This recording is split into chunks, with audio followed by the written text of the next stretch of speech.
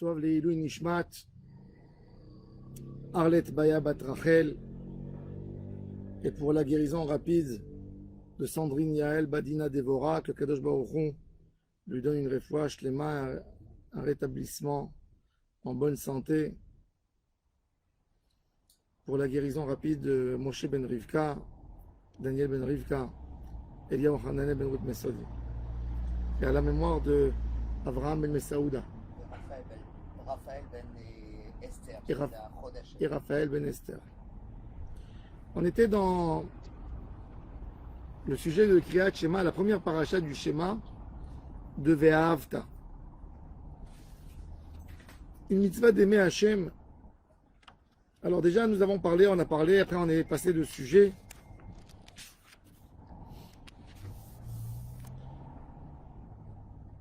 L'ordre d'aimer,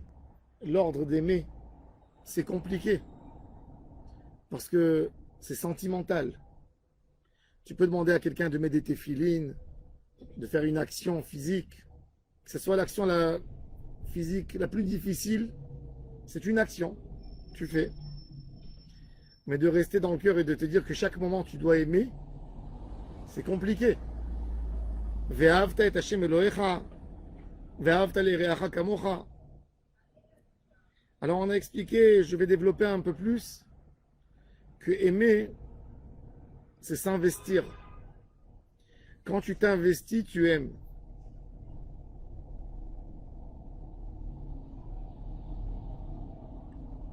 Il y a même dans la vie, dans le quotidien, je pense que souvent, beaucoup de personnes nous disent que on a arrêté d'aimer. Il y a un âge où on passe des périodes dures, la quarantaine, la cinquantaine, et qu'un homme dit, jusque là j'ai tiré, ça y est, nigmar. Et c'est difficile pour l'homme de retrouver de l'amour pour l'autre. Et le conseil dans tout ça, c'est de faire comme si on jouait à la dinette. Comme si on joue comme des enfants au GAN.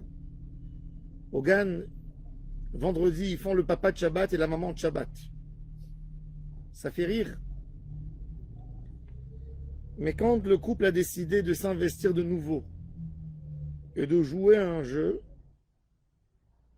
le fait que tu t'investis pour l'autre, même si à la base, tu sens pas que ça sort de toi, en fin de compte, tu vas aimer. Un homme s'attache à ce qui est à côté de lui, à un petit investissement qu'on a vu, comme on a vu avec le prophète Jonas. Il a dit à Dieu, pourquoi tu détruis pas Nénive? Et Akadosh Baruch Hu lui a fait pousser un petit arbre, un petit arbuste, qui lui a donné de l'ombre. Et il était là, il s'est attaché. Et quand Akadosh Baruch Hu lui a envoyé un ver de terre qui a détruit l'arbre, il a dit Tov moti mechayai. Alors Akadosh Baruch Hu lui a dit, toi, tu as pitié, tu t'es attaché à un arbre que tu n'as jamais planté, tu n'as jamais semé, et tu veux que moi je n'ai pas pitié sur Nénive. C'est-à-dire que l'homme s'attache. Un homme qui habite dans une maison, plus il va acheter des meubles, plus il va travailler, il va faire des travaux, plus il va s'attacher à l'endroit. La Gemara, elle dit Chena makom al yoshvav. Plus l'endroit est désertique et il fallait plus d'efforts pour y habiter, on s'attache plus à l'endroit encore. C'est peut-être ça le secret de Eretz Israël Niknet Be'isurim. Akadosh Baruch Hu connaît le caractère humain, et pour qu'on lâche pas Israël vite et chercher un confort comme tous les peuples qui sont partis chercher, les peuples du monde sont partis derrière l'argent, derrière le confort. Il n'y a pas un peuple qui est parti habiter dans un endroit par idéologie. Ça n'existe pas. Aucun peuple du monde, ça n'existe pas dans l'histoire. Des 8 milliards d'êtres humains qui sont dans le monde, qui sont partis habiter dans un endroit par idéologie. Le seul endroit, c'est Eretz Israël. Et c'est pour ça que c'est Niknet Be'isurim. pour te forcer à investir et pour t'attacher. Donc, Ve'ahavta et Hashem Elohecha, Kadosh Baruch Hu, il te demande de faire en sorte que tu aimes Hashem. Comment? Si tu t'investis, si tu fais des mitzvot, tu développes en toi un amour pour Hashem. Tu as un rôle de faire tout pour arriver à aimer. Et donc, tout ce premier paragraphe du schéma, tout ce premier paragraphe, il est là pour nous enseigner comment aimer Hashem. Alors, on nous donne, en fin de compte, des résultats. ואהבת את השם אלוהיך בכל לבבך ובכל נפשך ובכל מאודיך. והיו הדברים האלה אשר אנוכי מצווך היום על לבביך. הקדוש ברוך הוא ne nous demande pas de garder en disque dur dans la mémoire les mitzvot, dans le cœur. Le cœur, même nos sages à l'époque de la Bible savaient que dans le cœur, il n'y a rien. On sait depuis toujours que toute la volonté de l'homme, la mémoire, l'intellectualité, le savoir-faire est dans le cerveau et pas dans le cœur. Le cœur, c'est une pompe. C'est une pompe qui prend du sang et qui fait passer dans le corps. Alors, c'est quoi Vayua Devarim Aele Al Levavecha? Quand le cœur bat plus vite ou moins vite, c'est de montrer les sentiments. Comment les sentiments, comment la sagesse, comment le savoir-faire, comment les données que je vois avec mes yeux, comment une musique que j'écoute avec mes oreilles, comment une parole que je parle me rend ému, m'augmente la circulation du sang et je le sens dans le cœur. Ve'ayu advarim ha'ele, Akadosh Baruch Hu te demande, je veux que ça fasse un effet sur toi. Alevavecha. Veshinantam levanecha. Si c'était que un savoir-faire, un savoir, un secret on ne le transmet pas. Akadosh Baruch Hu ne veut pas que la Torah soit rien qu'un secret chez nous. Que tu l'aimes à tel point que tu as envie de transmettre. Un jour, j'étais dans une Brit Mila. Et je vois qu'on amène l'enfant sur l'oreiller, sur le sandak. Et le père qui dit, attends une seconde. Il va. Il prend un petit sachet. Et il met sous l'oreiller, il fait rentrer sous l'oreiller. Je me suis dit, je suis parti lui demander quel zgoula il a fait, il a eu honte. Il a rougi. Je lui ai dit, qu'est-ce que tu as mis là-bas? Il m'a dit, je n'ai pas envie de le dire, je suis mal à l'aise. Je lui ai dit, alors il m'a dit que c'était le drapeau de son équipe de foot qu'il avait mis. Il m'a dit c'était le drapeau, je ne vais pas dire quelle équipe. Et je lui ai dit à tel point, il me dit oui, à tel point qu'un homme dans la Brit Mila de son fils, il pense à ça, à amener. Il a compris qu'il aimait quelque chose très fort. Maintenant, je ne rentre pas sur est-ce que c'est absurde, c'est pas absurde, tout ça c'est sans problème. C'est pas. Mais là, j'ai compris à quel point c'est important pour quelqu'un de faire transmettre, même à ses enfants, ce qu'il aime d'une manière extraordinaire. Eh bien, Akadosh Baruch Hu nous demande et nous dit que si on aime tellement la Torah, si on l'aimait, ben, on doit le transmettre à nos enfants. Un homme qui met ses enfants dans une école laïque, dans une école goy, dans une école que certainement il va entendre des choses contre Hachem, il doit s'arranger avec Hachem, lui expliquer ce qu'il aime. Il pourra trouver des réponses, mais il aura il doit préparer des réponses.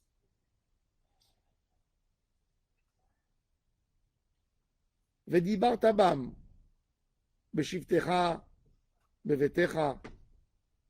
Parler. L'amour ne s'exprime qu'en parlant. De l'amour qui ne s'exprime pas, c'est pas de l'amour. Il peut y avoir de l'amour, bien sûr qu'il peut y avoir de l'amour dans le cœur, c'est sûr qu'il y a de l'amour profond. Mais ce qu'on appelle amour, liaison, union, ça se fait en parlant. Ça se fait avec la bouche.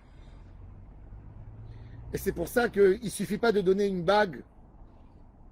Pour marier, il faut dire Areat Mekoudesh et puis avec la bouche.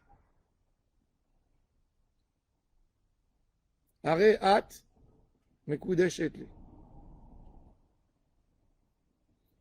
La parole, Vedi Bartabam, Beshivtecha bevetecha. Quand tu t'assois, quand tu es chez toi à la maison, quand un homme est dehors, souvent il peut montrer une image qu'il aurait voulu donner de lui-même, mais qui n'est pas forcément sa personnalité. C'est à la maison qu'on voit ta personnalité. Uvlertecha vaderech, en route, quand tu vas faire ton commerce, tes voyages, un homme en route ne peut pas faire les mitzvot comme à la maison. On est en route. Même là-bas, tu dois exprimer et montrer à quel point tu aimes Hachem. Quand un homme qui te voit en route, il dit c'est un serviteur de Dieu celui-là.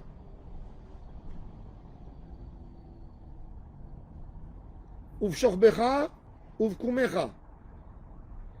Quand tu te lèves et quand tu vas te coucher, c'est les premières choses que tu dois faire.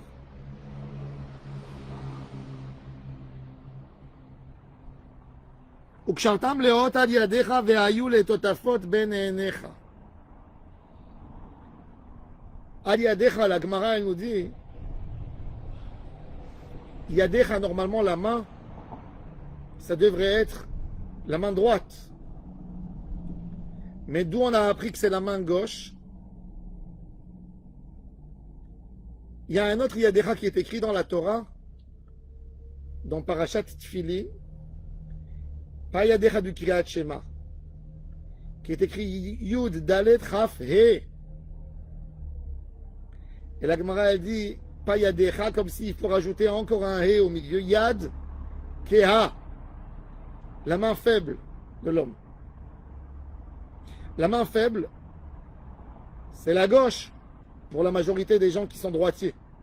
Évidemment que pour un gaucher, il devrait mettre cette filine sur la main droite qui est sa main faible. C'est ce qu'on fait. Et pourquoi la main faible? J'ai entendu une fois une très belle idée d'un rave. Il a dit on met la montre, tout le monde met la montre sur la main gauche. Et pourquoi? Parce que l'activité de l'homme, elle est avec la droite. Et il veut que sa main gauche elle soit toujours libre pour voir quelle heure il est. Il peut écrire une lettre et voir quelle heure il est. Il peut attraper le volant dans la voiture et voir. Akadosh Baruch Hu ne voulait pas, c'est une raison de dire j'aime Hachem, mais je ne peux pas l'exprimer parce que je travaille dur, ça me gêne. Alors, mets-moi au moins sur la main que tu n'utilises pas, mais que je suis là à côté de toi. Ve'ayu le totafot ben einecha. Totafot, Chazal ils ont dit tat pat, ça fait le chiffre tat et pat en Afrique, c'est 2 et 2. Ça veut dire 4 parachutes sur la tête. Mais c'est au pluriel aussi, parce que dans les filines de la tête, il y a 4 boîtiers. Il n'y a pas un, c'est 4 boîtiers collés. Ben einecha, entre tes yeux. Pour voir, alors quand c'est sur la main, c'est contre le cœur. C'est alevavecha. Et puis les tefilines sur la tête, c'est le cerveau. Où on met les tefilines? Dans l'endroit, quand on a un enfant, un bébé, faut pas essayer de le faire quand il est tout petit, quand il a 8 mois, 9 mois. Mettez la main légèrement sur sa tête, sur son crâne, vous allez voir, vous allez sentir comment ça vibre. C'est le cerveau en dessous, qui est équivalent dans l'endroit des cheveux. Et c'est là-bas où on met, c'est là-bas le crâne, le cerveau. Et c'est là-bas où il faut mettre les tefilines pour dire, je donne à Hachem mes pensées et mes tentations. Les tentations, c'est dans le cœur. Ça se montre dans le cœur. Et les pensées sont dans le cerveau. Je donne tout ça à Hachem. Urtavta ma'al mezuzot betecha. Sur une des mezuzot de ta porte. Mezuzot, ce sont les plaintes. Les plaintes les linteaux, pardon. Les linteaux de la porte. Les linteaux, quand on rentre à la droite, on rentre dans une maison, parang betera, même bisharecha. La porte d'entrée, s'il y a des linteaux pour rentrer dans mon appartement, que ce soit les linteaux de l'entrée de la ville. À l'époque, quand il y avait des murailles, ben, il fallait mettre dans la muraille de la ville. Dans un immeuble, à l'entrée de l'immeuble. Les poskim, ils te disent même à la sortie de l'ascenseur, quand tu sors de l'ascenseur chez toi. Parce que c'est indigne de char, bisharecha. La porte des chambres d'escalier qui rentre sur le palier, aussi. Bisharecha, c'est pas Betera, mais c'est Bisharecha. La Gemara nous raconte, Onkelos était le neveu de l'empereur romain. Et il faisait des voyages. Un jour, il a dit à son oncle, tonton, tu es un empereur, tu dois être un homme intelligent. Donne-moi un type. Je voyage, moi je fais le monde entier. Quel est le secret de la réussite dans le rapport humain? Comment on peut bien survivre? Il a dit toujours, colle-toi à des choses que les gens n'accordent pas beaucoup de valeur à ces choses et prends-les. Et tu vas t'enrichir. Tu vas réussir.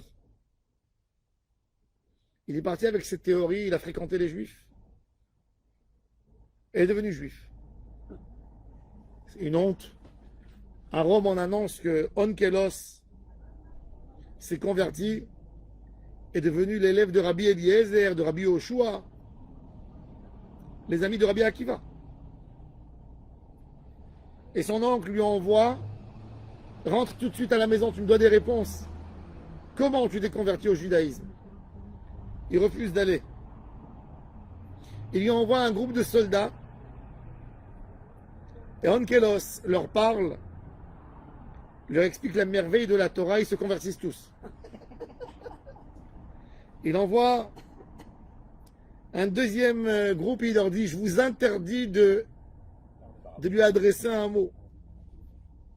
Ils viennent, et quand il leur parle, ils lui disent, Ta'ani Dibour, on ne peut pas parler. Il dit, ne parlez pas, mais moi je vais vous dire quelque chose. Regardez, quand vous accompagnez mon oncle, il sort dehors et vous vous mettez en danger devant lui. S'il y a quelqu'un qui va l'attaquer, il vous attaque à vous avant de le toucher à lui. Et à Kadosh Baruch Hu, avec ses fidèles, c'est lui qui se met à la porte. Où vous avez vu ça? Qu'un roi aime tellement son peuple, est prêt à les protéger et de prendre lui leurs problèmes sur lui. Ils se sont convertis tous. Il a arrêté de l'embêter et il a laissé étudier la Torah. Et on a eu la merveille de la traduction de toute la Torah. Le premier commentaire sur la Torah a été écrit par Onkelos avec ses rabbanim, Rabbi Eliezer, Rabbi Yoshua. Onkelos c'était un journaliste, il savait bien, et il a traduit chaque mot comme il fallait. C'est pas une traduction simple, une traduction même halachique. Rambam nous dit une citation extraordinaire. Il nous dit ainsi: Chayav Adam lizer bemezouza. Mipnei shehi chovat hakol. Même les femmes, même une femme, elle a besoin de mettre la mezouza. Ou kol zman sheikanes, quand il rentre chez lui et quand il sort, Yivga beyichud Hashem, il va voir Hashem Echad, Shema Israël. Shmo shel HaKadosh Baruch Hu. Veizkor ha'avato, il va se rappeler du texte de Ve'ahavta. Ve'ye'or mishenato ushgiotav be'avle azman. Il va se réveiller de cette course quotidienne derrière les choses qui ne l'aident à rien, qui ne donnent rien dans la vie. וידע שאין דבר העומד לעולם ולעולמי עולמים אלא ידיעת צור העולם. Il n'y a rien qui amène un vrai bonheur à l'homme à part la connaissance d'Hachem. ברוך אתה ה' אלוהינו מלך העולם שהכל נהיה בדברו.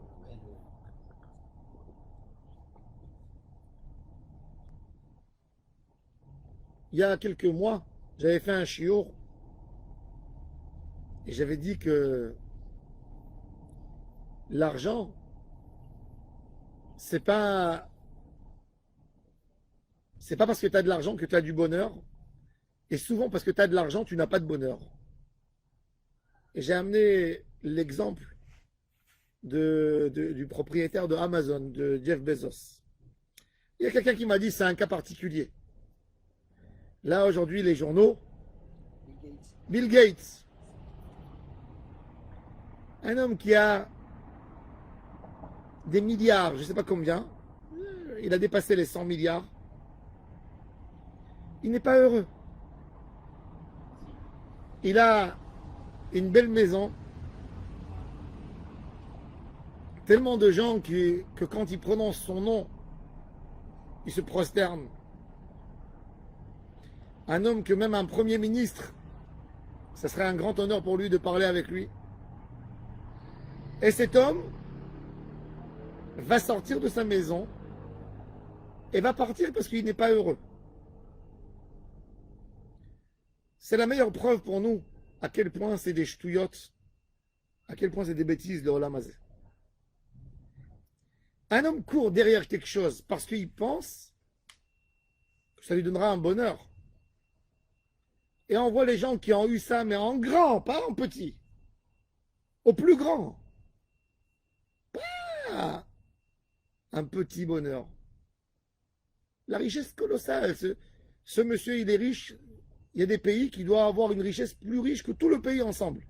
Des pays en Afrique, certains pays.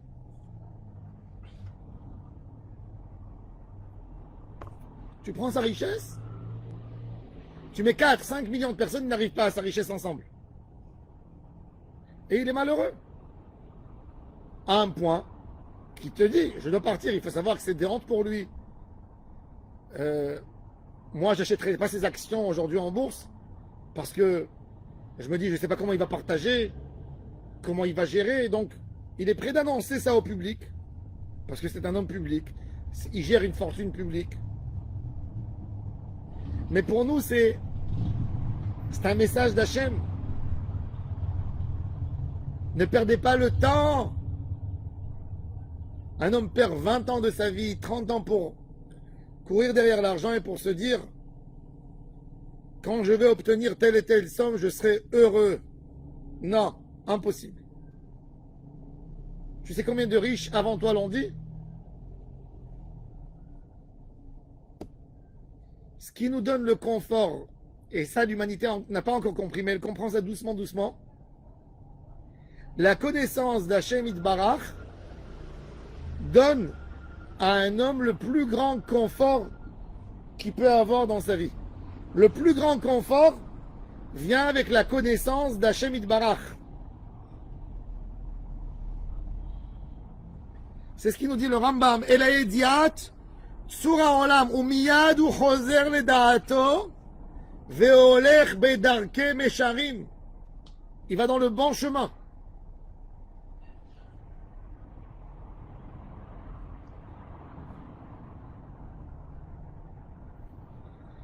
La plus grande force qui tient l'homme dans la vie, c'est l'amour. Un homme veut réussir quand il est enfant, il veut réussir à l'école, pas parce qu'il sait que ça serait pour lui un succès dans la vie, parce qu'il a envie de satisfaire son papa et sa maman qu'il aime beaucoup. Quand il grandit un peu plus, il commence à s'aimer à lui-même, donc il a envie de réussir pour soi. À un moment, dans sa vie, il va essayer de satisfaire la femme avec qui il a décidé de partager sa vie. Le reste, il a besoin de prouver à ses enfants qu'il les aime, et c'est ça ce qui va le faire courir. Donc, quelque part, l'idée principale, le moteur de tous nos comportements dans la vie, c'est l'amour. C'est ça le moteur derrière tout. Si tu n'aimes pas, tu ne restes pas. Il y a des gens qui sont payés de très gros salaires et ils quittent. Pourquoi? Parce qu'ils ne sont pas appréciés. Parce qu'on les écrase.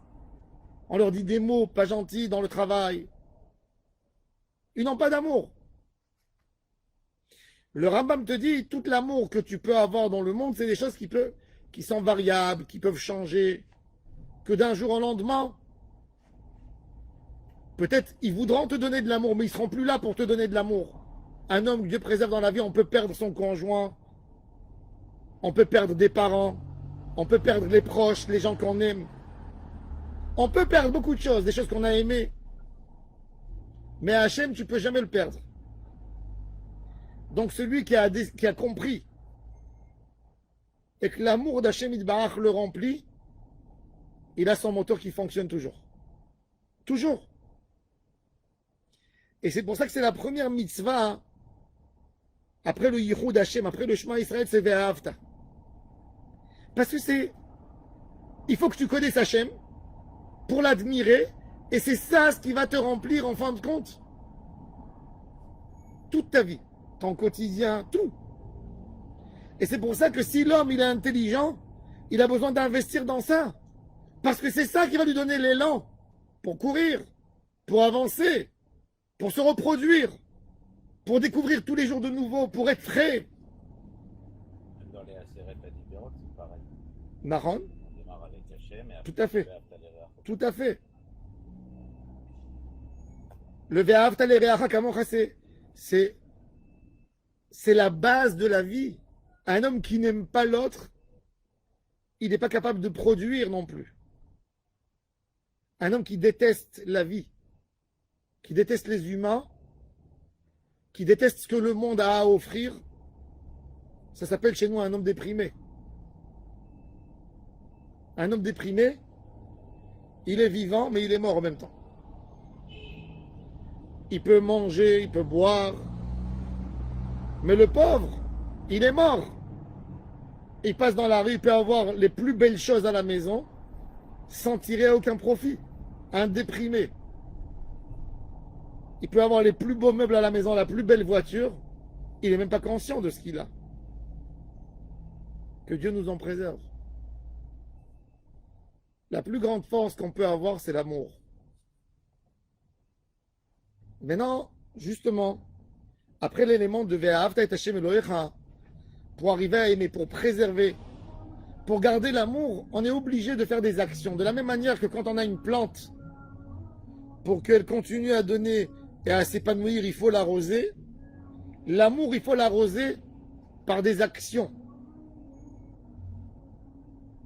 Un homme aime, c'est vrai. Mais avec l'amour, on ne va pas à la Macolette pour acheter à manger. Il faut faire des actions pour que ça continue. Ce sont les mitzvot. Les mitzvot, c'est ce qui alimente l'amour. De la même manière que l'homme, il essaye d'approprier à Hachem toutes les belles choses qui lui arrivent dans la vie, pour dire merci. Quand tu dis merci à Hachem qui t'a sauvé, cette action d'Hachem qui t'a ouvert les yeux pour que tu vois, parce que toujours il te donne, mais en fait, le miracle, c'est qu'il t'a ouvert les yeux pour voir. Toute notre vie, c'est un miracle, mais il y a des moments que Hachem nous fait dire regarde, regarde. Le NES, c'est pas quelque chose qu'il a changé chez lui, c'est quelque chose qui a changé chez nous pour pouvoir voir. Parce que le fait que je respire, que je mange, que je bois, que je marche, Tout est des miracles. Alors, c'est de nous montrer qu'il nous aime. Donc, de l'autre côté, nous, pour alimenter chez lui l'amour, on va faire des actions. Et c'est pour ça que schéma, c'est d'abord Kabbalatol Malchut Shamaim, ensuite Ahava, dire ce qu'on a envie, seul but, et après alimenter cet amour par les mitzvot, et ça c'est Ve'aya im Shamoa Tishmeu, et le mitzvotai, c'est Kabbalat Ol Mitzvot. Quand on rentre dans les règles, on descend plus bas. On n'est plus que dans le monde de l'amour. Dans le monde de l'amour, c'est très vague. Il y a des très grands mots qui n'ont pas de limite. Il n'y a pas un cadre. Il n'y a pas de définition. Parce qu'on est dans un shoresh. Dans le monde des neshamot, très difficile. Dans le cerveau, dans les sentiments, c'est très difficile de définir un sentiment. Tu peux jamais prononcer de ta bouche ce que tu es en train de voir avec tes yeux. Tu peux jamais prononcer de ta bouche à quel point tu aimes ou à quel point tu détestes ou à quel point tu es en colère. Tu peux pas. C'est la seule raison simple qu'un enfant il pleure plus qu'un adulte. Parce qu'il est tellement embêté de ne pas pouvoir dire, il n'a pas les mots pour définir ce qu'il ressent. Et sa tête, elle pète de tous les sens. Donc, il hurle. Il n'est pas capable de définir. Quand un homme est tellement angoissé, a tellement peur, a tellement mal, il crie. Il crie parce que il ne peut pas formuler. Ça, c'est le cri. Maintenant, on veut formuler pour alimenter une plante. Que tu aimes la plante, que tu veux. C'est clair, on est d'accord. À quel point on ne peut pas le définir. Mais on est obligé de rentrer dans un autre monde de définition pour pouvoir gérer nos sentiments. Aimer, c'est dans un monde qui est racine. Mais comme dans les sphères, il y a eu la rétractation, il y a eu le tzimtzum, et ça descend dans l'action, dans le monde de l'action, dans un monde qui a une existence. Alors les mitzvot, elles ont un limite, elles ont des cadres, elles ont le cadre du temps, la dimension de la mitzvah, comment tu vas la faire. Ça, c'est les règles des mitzvot. Akadosh Baruch Hu a exprimé sa volonté qu'à alimenter l'amour qu'il a avec nous, il ne suffit pas de dire dans mon cœur j'aime, je l'adore. Il faut faire des mitzvot à un homme qui va fermer ses yeux 24 heures, il va dire Dieu, je t'aime, je t'aime, je t'aime, je t'aime. Mais il ne mettra pas de tefilin, il leur a fait une avéra. Mais il est plus haut que ça. Il dit là, je suis dans le schéma Israël, moi. Je suis dans le Ve'ahavta. Non. Pour alimenter, il faut mettre de l'eau. De l'eau, c'est une limite. C'est quelque chose que je sens, qui a une dimension, qui a son caractère. Et ça, c'est Kabbalat Ol Mitzvot. Et pourquoi on a besoin des mitzvot? Il est vrai qu'on n'avait pas besoin de beaucoup de mitzvot. La preuve, c'est que Kadosh Baruch Hu a donné à Adam Arishon une seule mitzvah. Piria Verivia, d'avoir des enfants. Même pas une mitzvah, c'est une mitzvah qui a une envie. C'est une envie humaine. C'est presque un instinct. C'est même pas un ordre. Et une mitzvah passive de ne pas manger de l'arbre interdit. Cette règle allait alimenter l'amour et la reconnaissance que l'homme avait vers Hachem, vers le maître de l'univers. Parce que l'homme était tellement proche de la racine, de la rétractation, du tzimtzum, c'était le premier. Donc, comme tu es proche, donc tu as besoin de moins de choses. Quand l'homme a fauté, comme s'il y avait une bombe qui a explosé tout, et tout s'est éparpillé partout. Maintenant, si j'ai quelque chose qui est tombé dans un puits très étroit, de 10 mètres de profondeur, je ne peux pas le prendre avec mes mains. J'ai besoin d'avoir un fil spécial, quelque chose pour le mettre en bas et pour essayer de tirer, pour le faire monter. Il y a d'autres choses qui sont très lourdes, qu'il faut les déplacer, donc il faut un tracteur. Là, on a eu pour tous ces mitzvot, on a les 613 mitzvot qui sont venus chacune dans sa forme pour réparer quelque chose qui a été abîmé. Et c'est pour ça qu'on a besoin de 613 mitzvot, pas moins. Maintenant, il y a des choses qu'on ne peut pas nous faire. C'est que les Kohanim qui peuvent faire, par exemple, toutes les mitzvot des Kohanim. Mais nous tous, on est là pour faire un tikkun. Ce tikkun, c'est quand tu es conscient que tu aimes Hachem, que tu veux avoir de nouveau l'union avec Hachem comme elle était avec Adam avant de fauter, c'est un engagement pour moi que je prends de remettre tout où c'était avant. C'est comme si on est venu, on a voulu montrer à l'enfant, on lui a acheté un très grand Lego, merveilleux avec des milliers de pièces, et on a travaillé là-dessus une semaine. À un moment, il a pris une crise, il s'est énervé, il a jeté, il a tout cassé. Il a bien regretté. Il vient dire à son père, je regrette amèrement que j'ai fait. Le père, s'il est gentil, il lui dit, allez, moi je vais t'aider un peu, je vais te dire comment le reconstruire. Je ne vais pas le construire avec toi parce qu'il faut que tu apprécies ce que tu as cassé. C'est moi qui l'ai construit avant, maintenant c'est toi qui vas t'investir. C'est exactement ça. Hachem, bon, je donne des paraboles, mais pour donner dans l'idée, pour qu'on sorte avec du concret. Hachem a créé en 6 jours un monde merveilleux pour Adam Arishon. Il a tout cassé. Et Hachem lui dit, ok, je te pardonne. Tu veux recréer, tu veux ramener la lumière qu'il y avait. Ok, je vais te donner les instructions, tu suivras, mais c'est toi qui dois faire cette fois-ci. Ça, c'est la itaruta deletata, c'est ce que nous on fait avec le tikkun de nos mitzvot. C'est que nous qu'on peut faire. Hachem n'a pas l'intérêt de le faire, il a déjà fait avant. Et c'est pour ça que tout le tikkun peut se faire uniquement par l'être humain. Comme l'être humain est créé d'une certaine manière qu'il a son libre arbitre, qui est son moteur. Dans cette machine, quand on a un libre arbitre, et quand on tire vers la matière, on est obligé d'avoir des avertissements aussi. Un homme, dans la vie, tu ne peux pas lui dire fais ceci et tu vas réussir.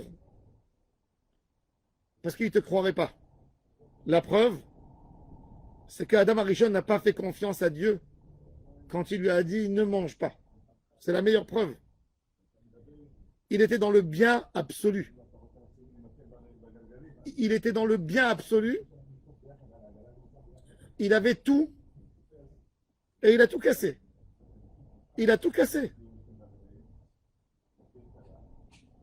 Et à Kadosh Baruch Hu, pour qu'il sorte de cette idée, il faut lui montrer aussi la notion du mal. Qu'est-ce qu'il peut perdre?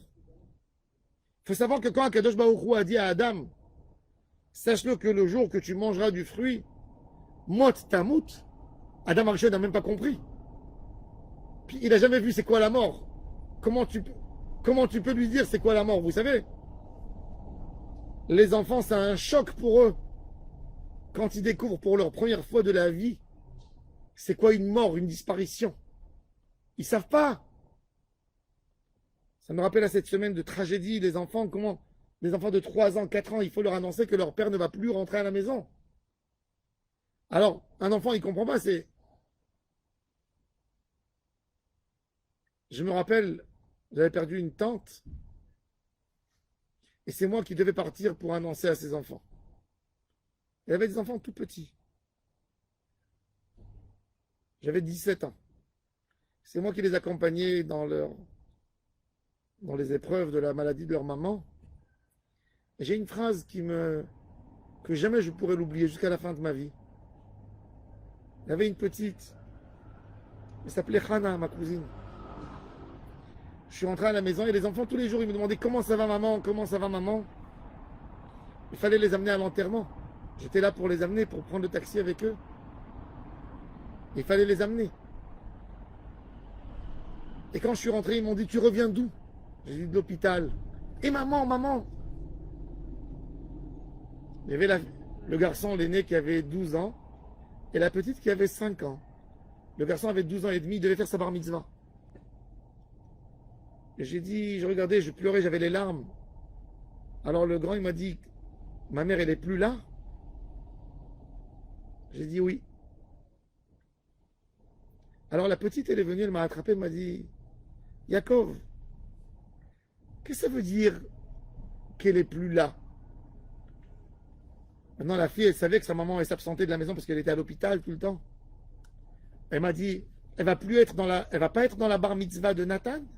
Ça veut dire pour elle, elle s'attendait déjà à la bar mitzvah, on lui a acheté les habits, on parlait de ça, qu'il va y avoir la bar mitzvah. Elle va pas aller dans la bar mitzvah? J'ai dit, sa neshama, elle va être.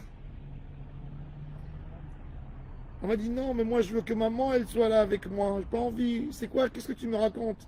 C'est quoi ça, neshama? Je veux ma mère. Et là, tu vois dans les yeux de l'enfant comment il essaie de comprendre. Quand on parle d'un échec avec quelqu'un qui ne connaît pas le goût de l'échec, quand on parle, et souvent les gens dans la vie ne comprennent pas le goût de l'échec. Quand tu dis à quelqu'un, il vient, il a des petits problèmes de shalom bayit, et tu lui dis, écoute, mon frère, je te dis ça comme un frère, le chemin où tu vas, c'est en train de te casser la figure là. Tu sens et tu vois dans ses yeux qu'il ne te comprend pas, et ça c'est le plus grand malheur. Que toi tu sais, parce que tu as vu, tu as plus de vécu, tu as plus d'expérience, tu as vu plus de choses dans ta vie, et ça te fait mal quand tu vois qu'il n'a pas compris. Et tu essayes d'expliquer, et quand tu y tiens, il te dit, mais tu es fou, c'est ce que tu me souhaites, mais laisse-moi tranquille. Il ne comprend pas. Et Hachem nous dit, toute la Torah, c'est pas de la punition. Dans toutes les religions, on parle toujours pour essayer de tenter les croyants, on leur parle d'un paradis. Le paradis, dans l'islam, représente une chose. Le paradis, dans le catéchisme, chez les chrétiens, représente une chose. La seule religion monothéiste qui parle moins de tous sur le Olam Haba. D'ailleurs, dans la Torah, il est mentionné qu'en signe, il est même pas. C'est parce que la Torah, elle veut que tu vis le aujourd'hui. Le Olam Haba, c'est le monde où tu es venu. C'est de l'infini. Il ne peut pas y avoir du mal là-bas. Il peut y avoir que du bien. Tu es venu du Ensof, tu es venu du Keter, tu es venu du trône céleste. On n'a pas à te le définir, puisque de toute façon, en étant être humain, tu ne pourras jamais comprendre. Et plus tu donnes des définitions dans le Olam Haba, tu as moins compris c'est quoi Olam Haba. Alors sur quoi la Torah elle parle? Comment je vais vivre mon quotidien de tous les jours? C'est ça la grandeur de la Torah. Toutes les 613 règles de la Torah, entre l'homme et son conjoint, l'homme et son collègue, l'homme et ses parents, l'homme et son entourage, l'homme et ses voisins, le peuple avec soi, les Kohanim, les moines, les rabbanim. Tout ça, c'est une explication comment vivre Comment vivre ici? Et quand tu parles à un être humain d'une vie, l'homme a tout de suite l'idée commerciale qui se réveille. L'homme est très égocentrique, il est concentré en lui-même. La seule chose quand on veut influencer quelqu'un à faire quelque chose, c'est qu'il faut lui parler de soi,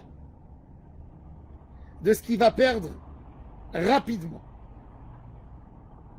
Et c'est pour ça que dans la Torah on parle d'un karet. Le karet, c'est la punition, ce monde que tu l'aimes tellement, même pour tes plaisirs simples, que pour ça tu veux vivre, ben tu ne les auras plus. Cette terre que tu te bats tellement pour elle, cette matière que tu te bats tellement pour elle, tu ne l'auras pas.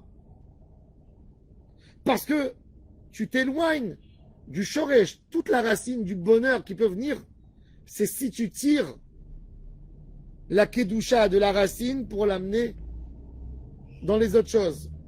Tout a été créé, le monde a été créé, la rétractation a été faite d'une volonté spirituelle qui a créé du matériel en fin de compte, à la fin de toutes les étapes. C'est le spirituel qui a créé le matériel et pas le contraire. Le matériel n'a pas d'existence sans du spirituel. Le Baal Shem Tov va amener une preuve extraordinaire. Il a dit, regarde, prends un homme, un prophète, prends Moshe Rabbeinu, s'il ne monte pas au ciel, on est bien d'accord qu'il ne peut pas vivre sans manger. Maron, imagine-toi un homme comme Moshe Rabbeinu, tu lui donnes pas à manger 4 jours, 5 jours, il est à plat, il va presque mourir. Il a faim. Il peut mourir de faim. C'est un être humain. Il ne peut pas se concentrer dans son étude. On est bien d'accord? Oui. Alors le Baal Shem Tov, il pose une question. Comment ça se fait que de la nourriture, telle qu'elle soit, la plus raffinée, elle peut te donner une pensée? Elle peut t'aider à penser. Donc il te dit qu'en fin de compte, dans chaque élément, quand tu prends une tomate, il y a la partie qui calme l'estomac et il y a la partie alimentaire, spirituelle qui va alimenter le spirituel de ma pensée, de ma neshama. La Seudat de Shabbat, c'est pour ça que la Seudat de Shabbat, elle donne tellement pour la neshama.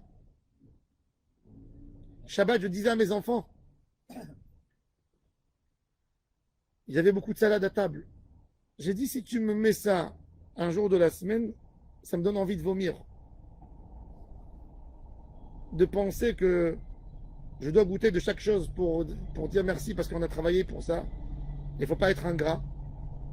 Rien que de prendre 10 cuillères, de mettre dans l'assiette, ça te remplit une assiette. Et après, il y a le poisson, et après, il y a le deuxième plat, et après, il y a le dessert. Où tu veux faire entrer tout ça? Mais la force de Neshama Yetera qu'on a en nous, elle te laisse manger. Mais quand tu vas dans un mariage dans la semaine, le lendemain, tu manges rien. Shabbat, tu manges Shabbat matin. Et tu fais un apéro. Et tu fais après un autre apéro avant d'aller à la synagogue. Et après tu fais une Seuda Shlichit. Et après tu fais un Melavé Malka. Comment ça se fait? Parce que tu as une Neshama Yetera. Yetera. Tu alimentes quelque chose d'autre. Ça c'est la force de Neshama. Amener la Neshama. Le corps a besoin de règles. Et ça, c'est la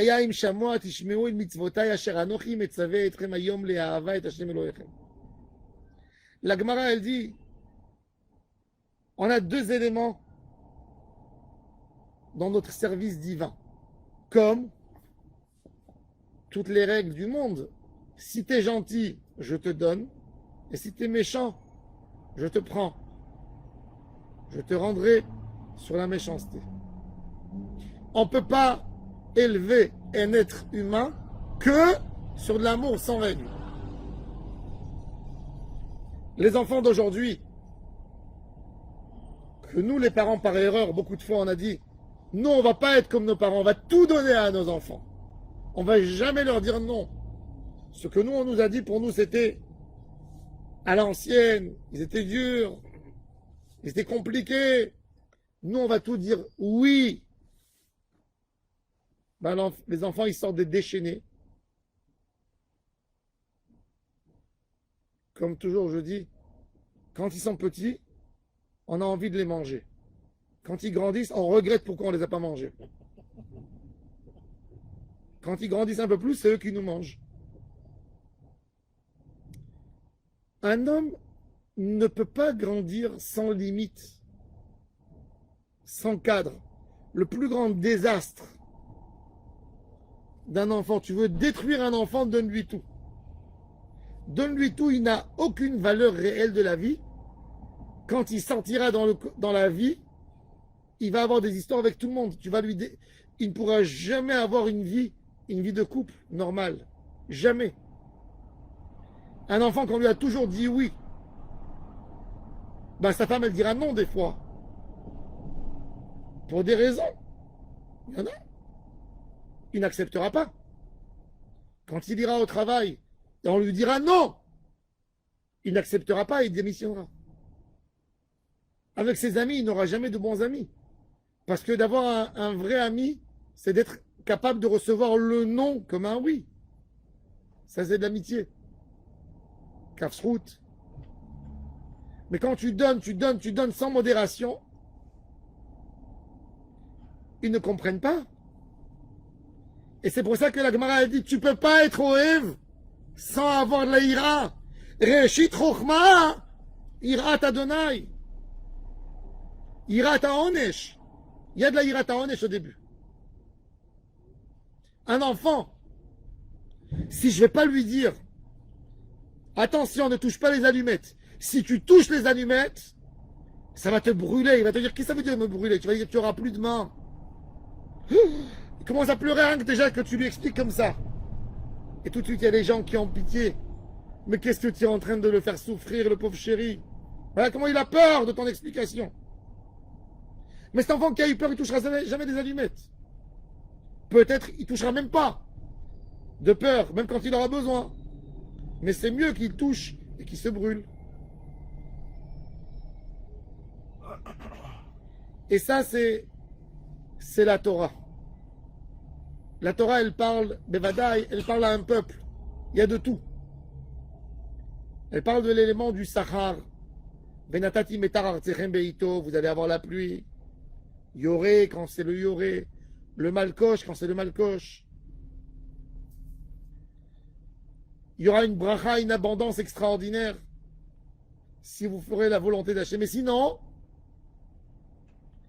Vechara af Adonai bachem ve'atzar et hashamayim velo yematar ve'adama lo titen et yevula.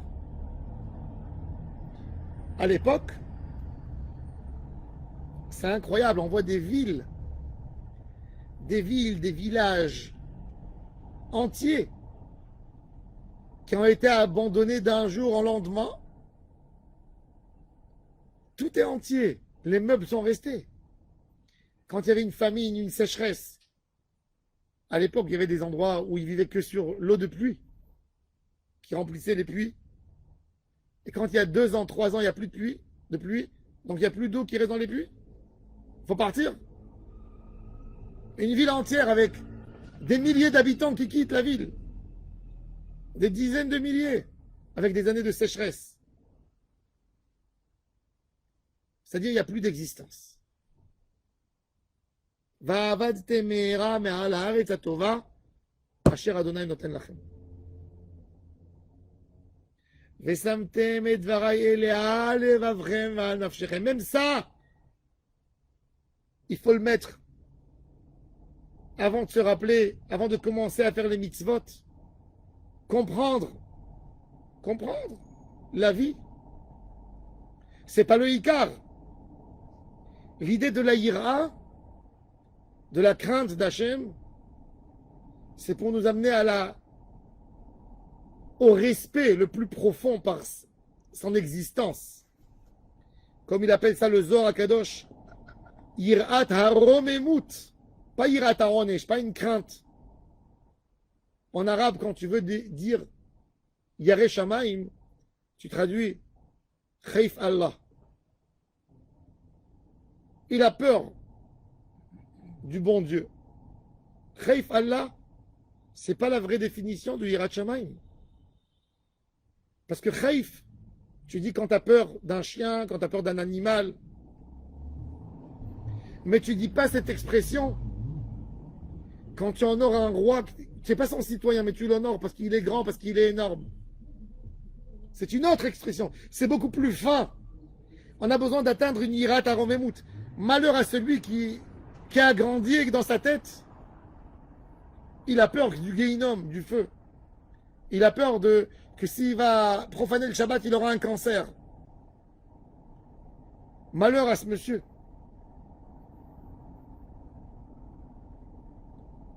La crainte, c'est de ne pas perdre l'amour d'Hachem.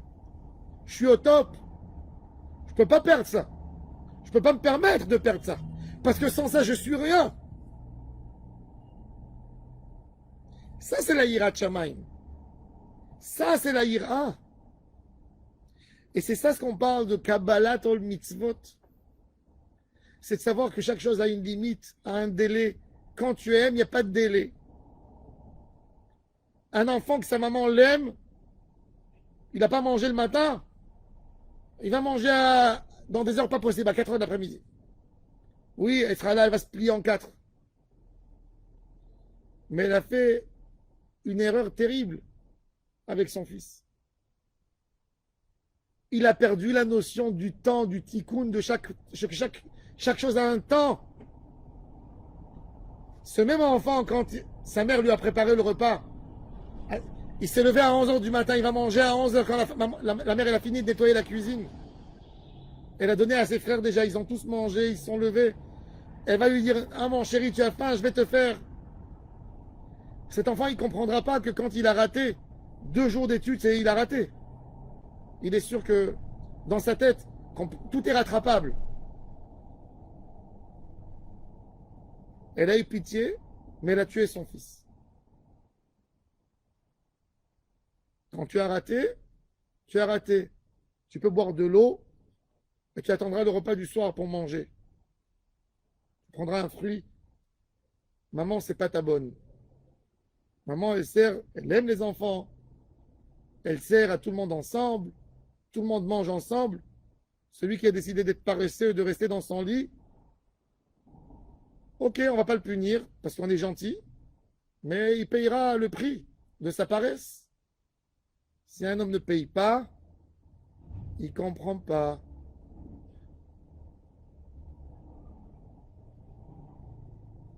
Shlomo HaMelech,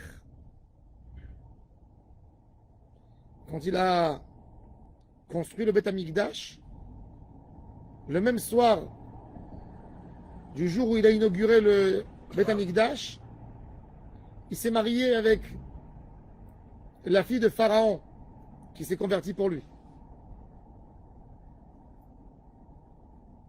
Elle lui a amené des danseuses d'une Goya. Elles étaient tsniout, oui, mais elles ont dansé toute la nuit. Et il est parti se coucher à 3 heures du matin. Il a laissé la fenêtre ouverte pour que la lumière du matin elle le réveille, l'aube, pour qu'il va ouvrir le Beth Amikdash. C'est lui qui ouvre à l'époque. Le roi, c'est le gardien du Beth Amikdash. C'est lui qui ouvre. Qu'est-ce qu'elle a fait? Elle a amené avec elle d'Égypte une parochette avec du velours noir comme la nuit et brodé des étoiles, un fond d'étoiles. Lui, quand il voit, il est sûr qu'il voit l'obscurité dehors. Il se lève comme ça parce que du stress. Vous savez, comme quand vous avez un avion, même si vous ne mettez pas réveil, on se réveille. Et il voit que c'est obscur, il dort. 5h30 du matin, le monde du temple est plein. Tout le monde est venu, c'est le temple qui est... Le roi n'arrive pas. 6h du matin, ils vont manifester devant la maison de Shlomo HaMelech. Et il y a la maman de Shlomo, Bathsheba, qui rentre dans sa chambre, qui prend sa chaussure avec sa semelle. Il est roi. Et elle lui tape dans la tête.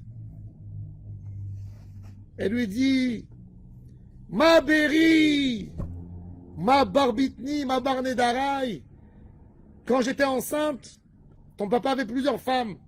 On était quelques des femmes de David, enceintes. Et David nous a dit Hachem lui a dit que c'est maintenant, c'est l'année qui va naître son successeur. Et chacune de nous pleurait, priait, faisait des vœux que ce soit cet enfant qui est dans son ventre qui va gouverner Am Israël. Tu sais combien de vœux j'ai fait pour toi? C'est ça? Et Salomon a raconté ça. Divrei les Mouel. Ben Lemer Asher Yisarto Imo, ma Beri, ma Barbitni, ma Barnedarai. Il lui a fait des louanges. Il lui a fait le Eshetraïl.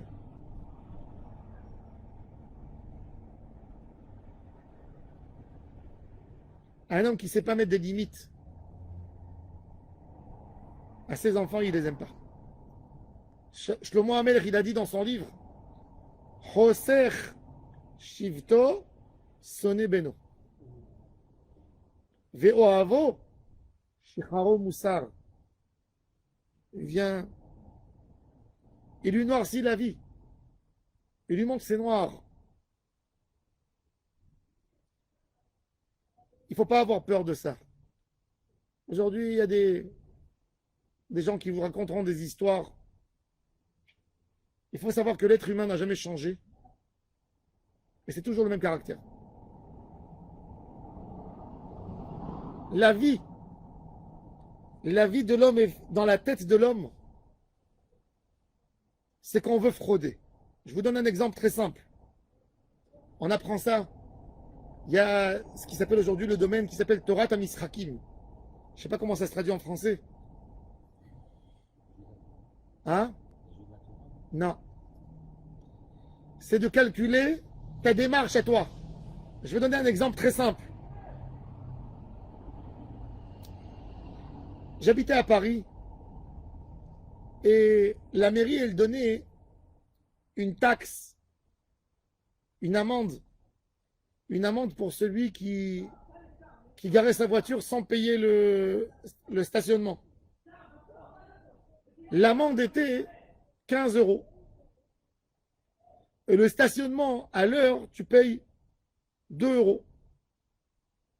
Tu te dis, j'ai besoin de stationner 3 heures, je ne vais pas prendre 2 PV, je vais prendre 1.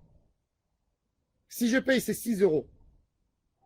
Si je n'ai pas payé, j'aurai une amende d'encore 9 €. Tu prends le risque. Tu prends le risque. Tu dis 50%, peut-être que j'ai gagné, que j'ai 0 à payer. Pour ce monsieur, qu'est-ce qu'il faut lui faire? Et tout le monde vous aurait fait pareil. Quand je vous dis que si tu ne vas pas payer ton stationnement, tu auras... Si le stationnement il coûte 10 shekels, je te dis, si tu n'auras pas payé, tu as une amende de 20.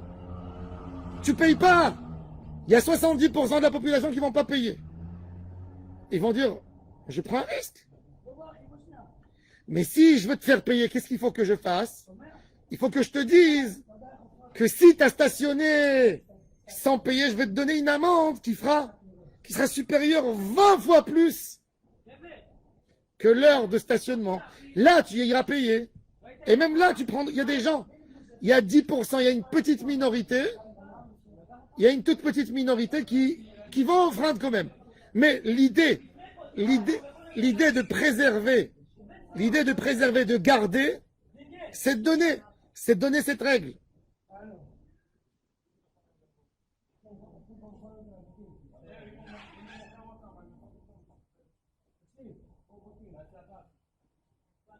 L'idée, c'est de donner justement une pénalité. Akadosh Baruch Hu, il veut sauver l'homme. Il faut savoir que la punition, elle n'est pas là. C'est des règles qu'on a envie de faire, des règles de société,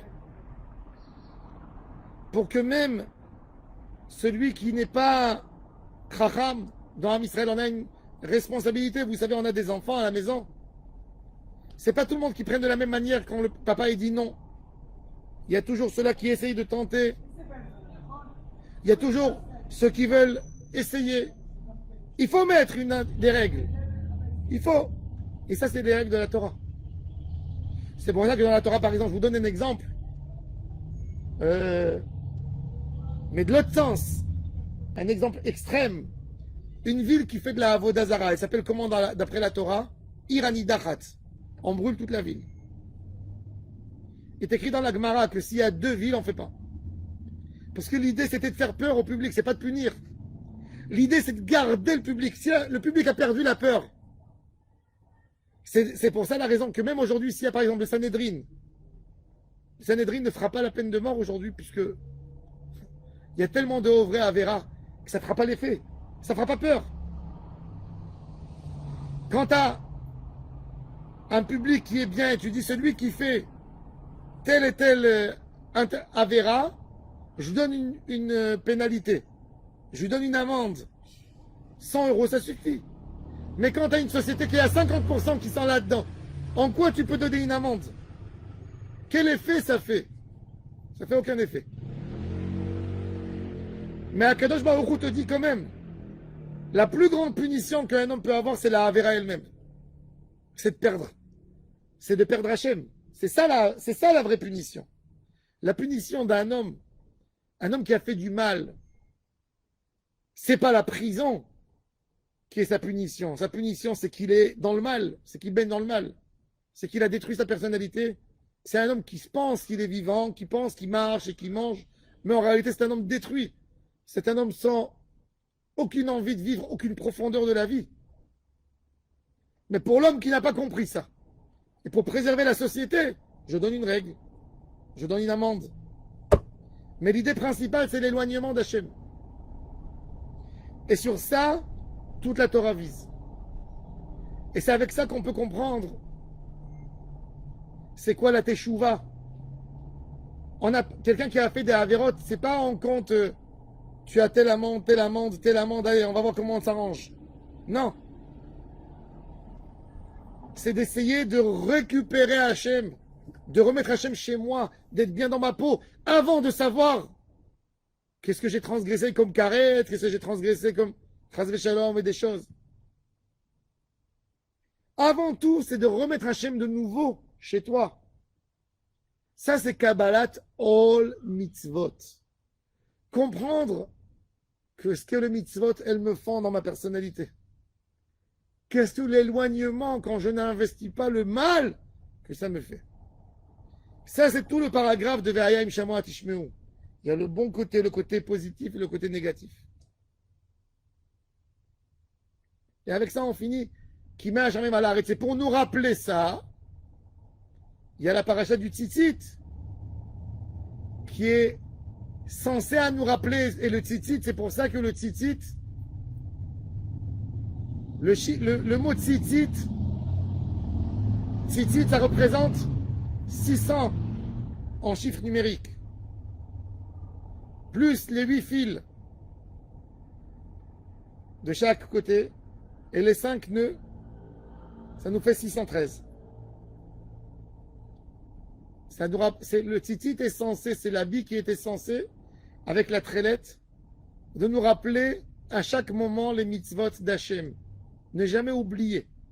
Ne jamais oublier qu'on a une responsabilité, depuis que Adam Arishon a fauté, comme je dis, de ramener tout en place, de remettre chaque chose dans sa place. Que si je perdrais le temps aujourd'hui, je ne pourrais plus me rattraper demain. J'aurais perdu des jours de ma mission. Parce que nous sommes là pour un temps limité, peu importe à quel point il est long. 70 ans, 80, 100, 50, Dieu préserve, 40. Chacun a une mission pour faire le plus possible de réparation dans sa vie. Et un jour de perdu, c'est un jour de perdu. C'est tout. Ça, cette idée de notion de pénalité, elle vient nous expliquer ça.